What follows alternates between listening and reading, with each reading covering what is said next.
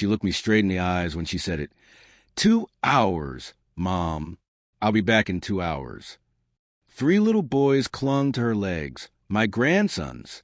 My tiny apartment was never meant to hold them, but I opened the door wide anyway.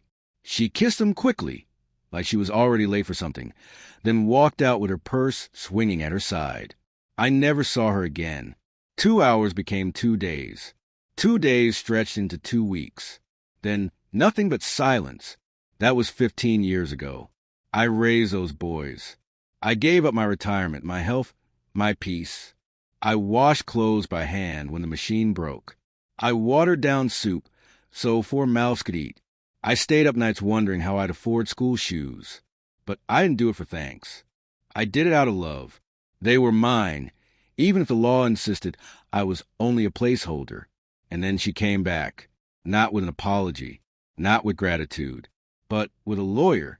Kidnapping, the papers claimed. Unlawful custody. She wanted them back. As if motherhood was something you could reclaim like a coat left behind. 15 years gone, and she only wanted them now because they were older, because they were strong, because they could work. I didn't cry. I didn't scream. I didn't beg. I prepared. It began with an old cardboard box. Inside were the things she'd left behind. Receipts, letters, photographs. Most people would have thrown them away. I didn't. I never throw away evidence. The first clue was a receipt. Las Vegas. 3 weeks after she walked out. Hotel rooms, bar tabs, spa treatments. All paid in cash. I thought of the nights I fed her sons rice and beans while she sipped champagne 2 states away. Then came the letters. Names of men I didn't recognize. Promises of money. Promises of marriage. She was running her schemes while I was reading bedtime stories. The photo was the cruelest. My daughter, wrapped in the arms of a man twice her age, smiling as if she hadn't left 3 boys crying in my living room. That man had a name, a bank account, a criminal record, and a connection she never expected to matter. When I walked into court, my hands were steady.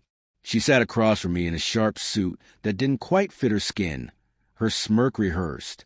To her, it was a performance. And the boys, our boys, were the prize. Her lawyer spoke first. Abduction, emotional harm. The defendant withheld her children from their rightful mother. Every word stung, but I kept my face still. Then the judge turned to me. Do you have anything to say? I slid an envelope across the bench. Thick, sealed, heavy with 15 years of silence. The judge opened it. His eyebrows shifted. His lips pressed tight. Then he leaned back and asked, Do they know what's inside? I shook my head. Not yet. Inside was everything. The receipts proving she wasn't missing. She was partying. The letters showing she traded promises for rent money while collecting welfare in another state. The photographs proving she didn't leave because she couldn't care for them, but because she wouldn't. But the sharpest blade was the last page. A sworn statement from the man in the photo, the wealthy one with the crooked grin. He confessed that she signed away custody of her boys for cash. She sold them to me like property. His signature notarized, dated, sealed. She thought time erased her secrets. She forgot I was her mother, and mothers never forget. The silence in that courtroom cut like glass. Her face went pale. Her lawyer stumbled over words. The judge stopped looking at her. He looked at the boys instead. Do you wish to speak? He asked them gently. The oldest stood first, his voice steady. She's not our mother. She's a stranger. The middle one said, She left us. And the youngest, the boy who once crawled into my bed afraid of shadows, whispered, She doesn't get to claim us now. It was over. The gavel fell. Custody dismissed. Case closed. In its place, a judgment. Fraud. Abandonment. She didn't just lose her case. She lost her son forever. Afterward, she tried to speak to me in the hallway. Her lips trembled, hunting for weakness. You ruined me, she whispered. I looked at her the same way I did 15 years ago when she left them at my door. No, I said calmly. You ruined yourself. I just kept the proof. That night, the boys sat in my apartment, taller than me now, voices deeper, laughter louder. They asked what was inside the envelope. I told them it didn't matter anymore. They were free. But one day, when they're ready, they'll see. They'll know the truth. Not to make them hate her, but because they deserve to understand the cost, the sacrifice, the betrayal, the lies. I am not a hero. I am not a saint. I am a woman betrayed twice.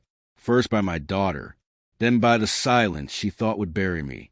But betrayal taught me patience. Patience taught me strategy. And strategy delivered justice.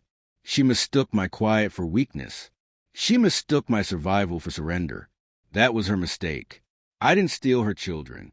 I saved them. And in the end, I didn't hand the judge revenge. I handed him the truth. And the truth destroyed her better than hate ever could.